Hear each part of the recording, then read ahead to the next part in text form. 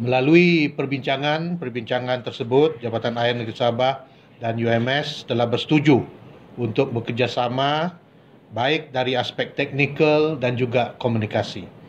Jabatan Air Negeri Sabah juga komited akan berusaha memastikan jumlah air yang masuk ke tangki R13 dalam keadaan yang mencukupi dan konsisten, serta akan bekerjasama dengan pihak UMS berkenaan dengan pengoperasian PAM. Saya juga ingin memaklumkan bahawa indikator sedia ada di tangki R13 telah pun diganti dan pemasangan indikator digital yang telah ditempah menunggu penghantaran yang akan dipasang di tangki tersebut dalam sedikit masa lagi. Selain itu, UMS juga perlu memastikan agihan air dalam kawasan UMS dalam keadaan teratur dan baik. Jabatan Air Negeri Sabah juga bersedia untuk memberi kerjasama dan juga panduan dalam pengendalian agihan air dalaman UMS sekiranya diperlukan. Kerajaan Negeri Sabah melalui Jabatan Air Negeri Sabah sedang melaksanakan pemasangan paip Telibung 2 Fasa 2 yang dijangka siap menjelang hujung bulan Jun atau awal Julai ini untuk kawasan Sepanggar.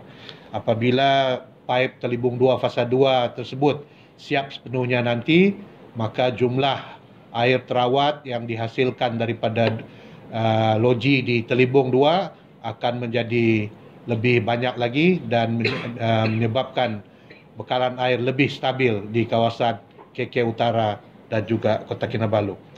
Jadi adalah diharapkan kerja-kerja pemasangan paip tersebut siap agihan air ke kawasan Sepanggar akan menjadi lebih baik dan masalah bekalan air akan dapat diminimalkan. Kalau mengikut rekod kami pada pertengahan bulan Mei sehingga sekarang, keadaan agak stabil. Jadi kita berharap dengan kerjasama rapat antara Jabatan Air Negeri Sabah dengan pihak UMS dalam urusan kedua-dua belah pihak, kita mengharapkan kestabilan ini akan terus berterusan dan nanti akan lebih baik apabila paip-paip untuk Telibung 2 Fasa 2 tersebut siap sepenuhnya pada awal Julai nanti.